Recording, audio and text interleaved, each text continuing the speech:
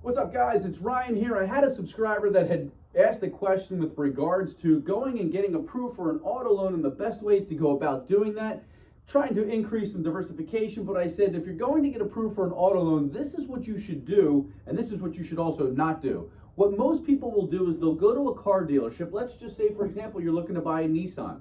You go to Nissan, and what they're going to do is they're going to pull your credit. And depending on what your credit is, they may have special financing. If they don't, and you don't have the best credit, what they're going to do is they're going to take all these other different banks and they're going to check your credit with those individual banks. What that creates is additional inquiries on your credit report. Now, yes, let's say you're shopping for a car and you get 5 inquiries in one day. It only counts as 1 inquiry, but you will still have 5 inquiries that show up on your overall credit report, which does have a negative impact.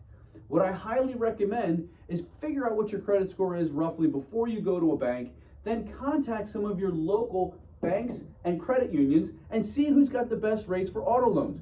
Once you've narrowed it down to the best one, then you go to that bank and that credit union and you have them pull your credit and tell you what you qualify for from a car loan standpoint. Let's just conceptually say they may approve you for $50,000, okay?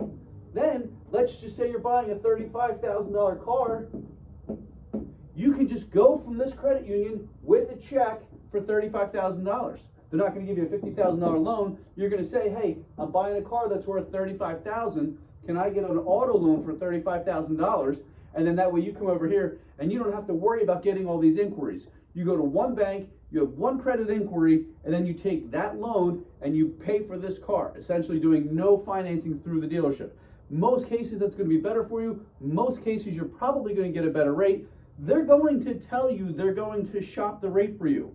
But what they're not telling you is there's always some sort of kickback for them, okay? So the best thing you could always do is just go do your own research, find a credit union or the bank that's going to give you the best rate, have one credit inquiry, and then save yourself the hassle of all those other inquiries that would show up on your credit report. Again, they will only affect your credit score technically for 1 year, but they will show up for 2 years, and that obviously does have a negative impact on your scores, all right? Hope that was helpful. If you like this, share it. Make sure to subscribe. Send it to your friends.